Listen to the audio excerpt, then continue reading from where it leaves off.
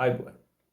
අද ඉඳලා සෑම සතියකටම දින 3ක් 4ක් අපි ඔබ හමු වෙන්න බලාපොරොත්තු වෙනවා සමාජ දේශපාලන ආර්ථික කාරණා සම්බන්ධයෙන් කතිකාවක් ගොඩනගන්න. විශේෂයෙන්ම මම පමණක් නෙමෙයි සම්පත්දායකයන් කාලීනව සම්බන්ධ කරගනිමින් කාලීන දේශපාලන සමාජ ආර්ථික කාරණා සම්බන්ධයෙන් කලාව සම්බන්ධයෙන් සංස්කෘතිය සම්බන්ධයෙන් අපි කතා කරන්න බලාපොරොත්තු වෙනවා අලුත් වැඩසටහන් පෙළක් සමග. ඉතින් ආරාධනා කරනවා අපිත් එක්ක එකතු වෙන්න කියලා. ඔබේ අදහස් අපිට කියන්න. සබස්ක්‍රයිබ් කරනවා වගේම ඔබේ අදහස කමෙන්ට් කරන්න. ඉතින් ඒ සම්බන්ධයෙන් විශේෂයෙන්ම ඔබට ආරාධනා කරන ගමන් රැඳිලා සිටින්න කියලා ආරාධනා කරනවා අපිත් එක්ක. අද 2025 මාර්තු 15 වෙනිදා. අද උදෑසන 8යි ඉඳලා 8:05 වෙනකන් මම හිතන්නේ අද වනසත්ත්ව සංගණනයක් සිද්ධ වුණා ශ්‍රී ලංකාවේ.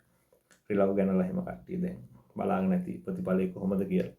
වෙනදා අපු රිලව් අද ඇවිල්ලා නැති වෙන්නත් පුළුවන්. සමහර වෙලාවට වෙනදට වැඩියෙන් රිලව් ඇවිල්ලා වෙන්නත් පුළුවන්.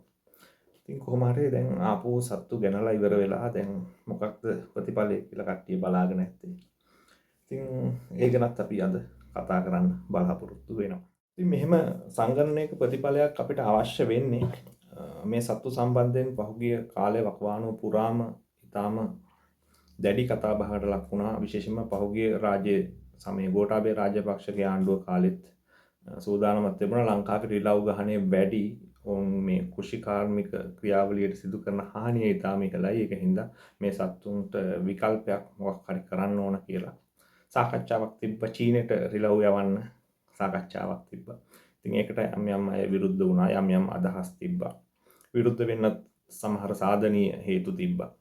ඉතින් මේ දෙපාර්ශවයටම මේකේ විරුද්ධ අයටත් පක්ෂයටත් හැමෝටම සාධනීය හේතු තිබ්බා තමන්ට කියන්න. ඉතින් මේ හැම කරුණක් සම්බන්ධයෙන්ම සලකලා බලලා විද්‍යාත්මක තීන්දුවක් ගන්නකොට මේ රජය සැලසුම් කරලා තිබෙනවා හරි தත්ත්වයක් එක්ක වැඩ කටයුතු කරන්න. ඉතින් ඕන් ඒකට උත්සාහ කරන බව පේනවා. මම කියන්නේ හැවුම් කරන විදිය හරියටම හරි ක්‍රමවේදය මේක 100%ක් නිවැරදි කියලා. නමුත් උන්ට අවශ්‍ය වෙන්න ඇති කිසියම් විද්‍යාත්මක පදනමක් මත කරන ලද සංගණන වාර්තාවක් දත්තයක් එක්ක වැඩ කරන්න. ඉතින් ඒක හින්දා මේ උත්සාහය දරන්නේ මේක සාර්ථක කරගන්න ඕන උත්සාහ කරන්නේ. ඉතින් අද වෙනදා අපු රිලව ඇවිල්ලා නැත්තම් අපිට හිතෙන්න පුළුවන් රිලව් ආවෙ නැතුණාට කමන්නේ තව ටිකකින් එයිනේ. ඉතින් 8:05 හිටියේ නැතුවට 9 මාරු වෙනකොට එනවනේ. ඉතින් ඒකින්ද දාලා යවන්නම් කියලා. එහෙම දාලා ගියොත් එහෙම වෙන්නේ. ඔය රිලව් දැන් 8:05 අතර ඉන්න තැනක් සලකුණු වෙනවා. ඔබ හිතන විදිහට ඔබ අය අසල්වැසියත් හිතනවා තව ටිකකින් එයිනේ ඒක දාන්නම්.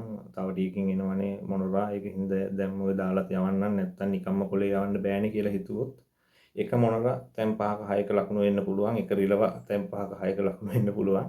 එහෙම වුණොත් නම් සංගණනයට බඩු හම්බ වෙනවා. ඉතින් ඒක හින්දා හරිම දත්තය ඔබට දෙන්න පුළුවන් නම් ඒ සත්තු කොහේ හරි මේ වෙලාවේ ඉන්න තැනක ලකුණු වෙනවා. බොහෝ දුරට ඕන් ගෙවත්තු හරහානේ එන්නේ. ඔබේ ගෙවත්තට එන්නේ තවත් ගෙවත්තක් හරහා. ඉතින් එතකොට ඒ ගෙවත්තේදී ඔහු ලකුණු වෙනවා. ඉතින් ඒ ගෙවත්තේ ලකුණු වෙච්ච සතා ඔබේ ගෙවත්තේත් ලකුණු වුණොත් එහෙම මේ සංගණනයේ තියෙන ප්‍රතිඵලය වෙනස් වෙනවා. අපි කියන්නේ garbage in garbage out කියන්නේ.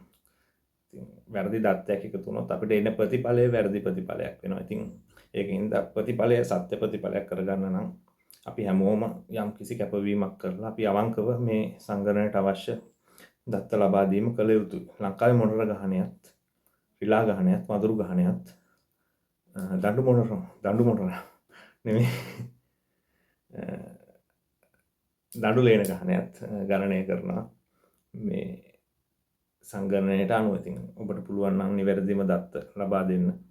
අපිට ආසන්න වශයෙන් නිවැරදි දත්තයක් ලැබේ. රජයේ ඉඩම් වල සහ වනාන්තරවල මේ සංකරණය සිද්ධ වෙන්නේ නැහැ. මේක සිද්ධ වෙන්නේ ගෙවතු වල. ඉතින් සමහර වෙලාවට රිලා රංචු වඳුරු රංචු ඉන්නවා. උන් ගෘහ ආශ්‍රිතව පැමිණෙන්නේ නැහැ. ගෙවතු වලට වගා වලට පැමිණෙන්නේ නැහැ. උන් වනාන්තරගතව ඉන්නේ. ඉතින් ඔවුන්ගෙන් ප්‍රශ්නයක් නැහැ. ඉතින් අපි අඳුන ගන්න උත්සාහ කරන්නේ මේ ප්‍රශ්නේ ඇති කරන සත්තු කවුද කොච්චර ප්‍රමාණයක් ඉන්නවද කියන එක. ඉතින් ඒ දත්තය ලබා ගන්න අවශ්‍ය කරන සහාය ඔබ ලබා දෙන්න. මේ වීඩියෝ එක බලනකොට සංගණනය අවසන් වෙලා තියෙන්නේ. දැන් මේ වීඩියෝ එක කරනකොට මම 15 වෙනිදා උදේ මේ වෙනකොටත් සංගණනයට දීලා තිබ්බ වෙලාව ඉවරයි. සංගාන වාර්තාව තාම එකතු කරලා නැතුව ඇති ඔබේ නිලධාරියා. ඉතින් ඔබ වැරදිලා හරි සතෙක් වැඩිපුර දැම්මනම් ඒක ඉවත් කරගන්න. මොකද ඒ සතා තව තැනක ලකුණු වෙන්න පුළුවන්. ඉතින් අපිට හරිම විද්‍යාත්මක දත්තයක් ලබා දෙන්න අවශ්‍ය කරන කැපකිරීම සහ ඒ සහයෝගය ඔබ ලබා දෙන්න. ඉතින් අපි බලමු ඊට පස්සේ මොකක්ද රජය කරන්න හදන්නේ මේ දත්තත් එක්ක දත්ත පදනම් කරගෙන කියලා. අපිට ඊළඟට කතා කරන්න වෙන්නේ ඒ සම්බන්ධයෙන්. තාම රජයේ ඒ සම්බන්ධයෙන් කිසිවක් කියලා නැහැ. සමහර අය කතා කරනවා සත්තු මරන්න හදනවා කියලා. ඉතින් එහෙම මං හිතන්නේ නැහැ ලංකාවේ එහෙම ක්‍රියාවලියක් සිද්ධ වෙයි කියලා. ඇතැම් රටවල් වල ගහන පාලනය කිරීම සඳහා සත්තුන් මරලා ගහනය අඩු කරනවා, දඩයම් කිරීම සඳහා ඉඩකඩ ලබා දෙනවා. ඉතින් ඒ වගේ යම්කිසි කාල පරිච්ඡේද ලබා දෙනවා. ඉතින් ඒ වගේ ක්‍රමවේදයක් ලංකාවේ කරයි කියලා මම නම් හිතන්නේ නැහැ. මේ ආණ්ඩුවක් එච්චරම දැඩි තීන්දුවකට යයි කියලා. එච්චර ප්‍රබලව ශක්තිමත්ව තීන්දුව ගන්න පුළුවන් ආණ්ඩු සහ රාජ්‍යයක් අපේ රට තුළ තාම නැහැ. ඉතින් ඒකින්ද අපි බලමු ඒක කොහොමද වෙයි කියලා. මම සමහරවිට මම මේ කියපු එකත් එක්ක ඔබ හිතන්න පුළුවන් මම ඉන්නේ සත්තු ගහණය පාලනය කිරීම සඳහා මරා දැමීම කියන තැන කියලා. නෑ, එහෙම නැහැ. ඇතැම් සත්ත්ව විශේෂ ගහන පාලනය කිරීමක් අවශ්‍යයි. දැන් මේ අපි මෙතන කතා නොකරුවට අපි දන්නවා ගවයන් වනාන්තර ඇතුලේ ගත්තාම ගෘහස්ත ගවයන් විශාල ප්‍රමාණයක් ඉන්නවා ඇතැම් අබේ භූමිවල සහ වනාන්තරවල. ඉතින් ඒකත් ඒ අබේ භූමිය හෝ වනාන්තරේ පැවැත්මට විශාල තර්ජනයක්. එතකොට ඒ ගහණය පාලනය කිරීමක් සිද්ධ වෙන්න ඕන. ඒ වගේම ඔබ දන්නවා පාරට බහැලා බලන්න පාරේ ඉන්න බල්ලෝ කොච්චරද කියලා. සුනක ගහණය ඊටාම විශාල ප්‍රමාණයක් වැඩි වෙලා තිබෙනවා පරිසරේ. එතකොට ඒ හරහා වෙන අනතුරු ක්‍රියානතුරු වල දැන් සාමාන්‍ය රෝහලකට ගිහිල්ලා බැලුවොත් එහෙම සුනකෙක් නිසා මාර්ගගත සුනකෙක් නිසා වෙච්ච අනතුරු වලින් ආපු දෙතුන් දෙනෙක් ඉන්නවා රෝහලේ. ඉතින් විශාල වියදමක් රජය දරනවා උන්ට ප්‍රතිකාර කරන්න. ඉතින් ඒ වගේ ප්‍රශ්නක් තියෙනවා. දැන් අපි රිලව් ගැන විතරක් කතා කරාට දඩු ලේන ගැන විතරක් කතා කරාට තවත් සතුන් නිසා ගැටලු ඇති වෙනවා. ඒ වගේම තමයි ගෘහස්ත පූසන් සහ බල්ලන් නිසා අනිත් සතුන්ට වෙන හානි. විශේෂයෙන්ම අපිට ආවේනික යම් පරිසර පද්ධති තුලනය කරන්න අවශ්‍ය වන සතුන් විශාල ලෙස පූසන් විසින් දඩයම් කරනවා. ඒ වගේම බල්ලන් විසින් දඩයම් කරනවා. එතකොට ඒ පරිසර පද්ධතියටත් අර ගෘහස්ත සතුන් කෙනුත් හානියක් වෙනවා. එතකොට ඒ ගෘහස්ත සතුන් සම්බන්ධයෙන් කිසියම් වැඩපිළිවෙලක අවශ්‍යතාවයකුත් තියෙනවා. ඒ ගැන ඔබේ අත්දැකීම් තියෙනවා නම් මේ කමෙන්ට් තීරුවේ පළ කරන්න. ඉතින් මේ එහෙම ප්‍රශ්නකුත් තියෙනවා. ඒ වගේම දැන් රිලවුන්ගෙන් ගත්තාම රිලා ගහණය වැඩිවීම කෘෂිකාර්මික නිෂ්පාදන වලට විතරක් නෙමෙයි බලපාන්නේ. අපි දන්නවා කුරුළු කූඩු වලට විශාල හානියක් කරනවා රිලා රංචු.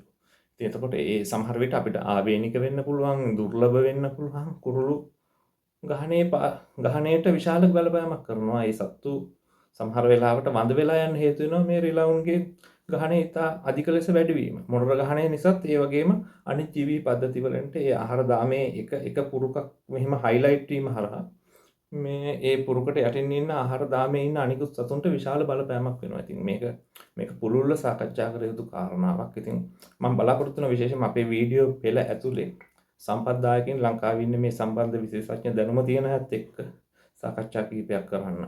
ඉතින් ඉදිරියේදී වැඩසටහන ඔබේ තරම් එන්නත් බලාපොරොත්තු වෙනවා. ඒකනත් මෙතනදි කියන්න ඕන මම අද මේ මූලික කාරණා ටික විතරයි කතා කරන්න හිතුවේ. ඉතින් දැනට ඔබ නිවැරදි සංඛ්‍යා ලේඛන සකස් කරගෙන තියෙනවා නම් ඒව ග්‍රාම නිලධාරීට බාර දෙන්න. ඉතින් එතකොට අපිට පුළුවන් දල වශයෙන් අපිට අවශ්‍ය කරන දත්ත පද්ධතියක් හදාගන්න. ඉතින් ඔය ගැන තමයි අද අපි කතා කරන්න හිතුවේ. රිලව් ගැන කතා කරා, බල්ලෝ ගැන කතා කරා, පූසෝ ගැන කතා කරා. තව මොනවාද අපිට කතා කරන්න තියෙන්නේ? රිලා සංගරණය එහෙම නැත්නම් මේ වන සතුන් සංගරණයේ ප්‍රතිඵලයක් මොකක් හරි ලැබුණ ගමන් මම ඒ සම්බන්ධයෙන් නැවත වීඩියෝ එකක් අරන් එන්නම්. තාම ගණනය කරලා ඒ ගණනය කිරීම තාම තියෙන්නේ මේ වීඩියෝ එක පටිගත කරන මොහොතේ ගෘහස්ථිතව ඔබ අතේ. අද දවස මේ දවස් කීප ඇතුළත මේ දත්ත එකතු කිරීම සිද්ධ කරයි ග්‍රාම නිලධාරීන් වරුන් සහ උන්ට සහායට ඉන්න නිලධාරීන්. ඊට පස්සේ මේක ප්‍රොසෙස් වෙලා කියයි කොච්චර ප්‍රමාණයක් ඉන්නවද කියන එක ගැන අපිට අගයක් ගන්න පුළුවන් වෙයි. ඉතින් ඒ සම්බන්ධයෙන් කාරණාව එහෙම. ඉතින් ඒ සම්බන්ධයෙන් ඉස්සරහට අපි දිගින් දිගටම කතා කරන්නම් මේ වැඩේ කොහොමද වෙන්නේ, මොකක්ද මේ වෙන්න යන්නේ කියන එක. ඒ වගේම මම අර කිව්වා වගේ ගෘහස්ත ඇති කරන සතුන් සම්බන්ධයෙන්ුත් පුළුවන් නම් නිශ්චිත සංගණනයක් කරන්න. පාරේ කොච්චර සුනකයෝ ඉන්නවද, ඒකට මොකක්ද වෙන විකල්පය කියන එක. ඉතින් ඒ වගේ දේවලුත් වෙයි. ඒ වගේම අපි යෝජනා කරා මීට කලින් අවස්ථාවක ඔය මොනර ගහණය සම්බන්ධයෙන් කරන්න පුළුවන් නම් සතුන් ඝාතනය කරන එක අපේ වගේ රටක කරන්න අමාරු නිසා පුළුවන් නම් බිත්තර ටිකක් එකතු කරන්න පුළුවන් නම් මාස 3ක විතර කාලයක් අපිට යම්කිසි බිත්තර ලක්ෂයක් එකතු කරන්න තීරණය කරොත් ලංකාවේ ඒ බිත්තර ලක්ෂය එතනින් ඉවත් වෙනවා. එතකොට පුළුවන් වෙයි අලුතෙන් පරම්පරාව ලක්ෂයක් ඇති වෙන එක නවත්ත ගන්න. එතකොට සතෙක් මරන්නෙත් නැහැ. එතකොට යම්කිසි ආය ගහණය පොඩ්ඩක් තුලණය වෙනවා. විශේෂයෙන්ම හඳුනාගත්ත ප්‍රදේශවල ඒක කරන්න පුළුවන් නම් හැම ප්‍රදේශයකම කරන්නේ නැතුව. ඉතින් ගොවියන්ගේ සහයත් අරගෙන ඒ වගේ හැමෝම එකතු වෙච්ච වැඩපිළිවෙලකට ගියොත් අපිට මේක තරමක් පාලනය කරගන්න පුළුවන් වෙයි. සෑම රටකම කරන දෙයක් මේක මේ අපි කරන පව්කාර වැඩක් නෙමෙයි. විශේෂයෙන්ම මෙතන කියන්න ඕන දෙයක් තියෙනවා. මේ ලංකාවේ ක්‍රියාත්මක නැතම ආයතන, නැතම සංවිධාන සහ නැතම පුද්ගලයන් හිතනවා මේ අවිහිංසාවාදය සහ මේ සතුන්ට ආදරය කරන එක සහ එහෙම නැත්නම් සතුන් කළමනාකරණය, පාරිසරික කළමනාකරණය කියන්නේ එකට යන එකක් කියලා. එකට යන ඒවා තියෙනවා වගේම ඊට වඩා ටිකක් සංකීර්ණ වැඩක්. සංරක්ෂණය කියලා කියන්නේ එහෙම සංරක්ෂණය කියන කාරණාව ඇතුලේ තියෙන්නේ අනුකම්පාවවත් එහෙම නැත්නම් අවිහිංසාවාදයමත් නෙමෙයි.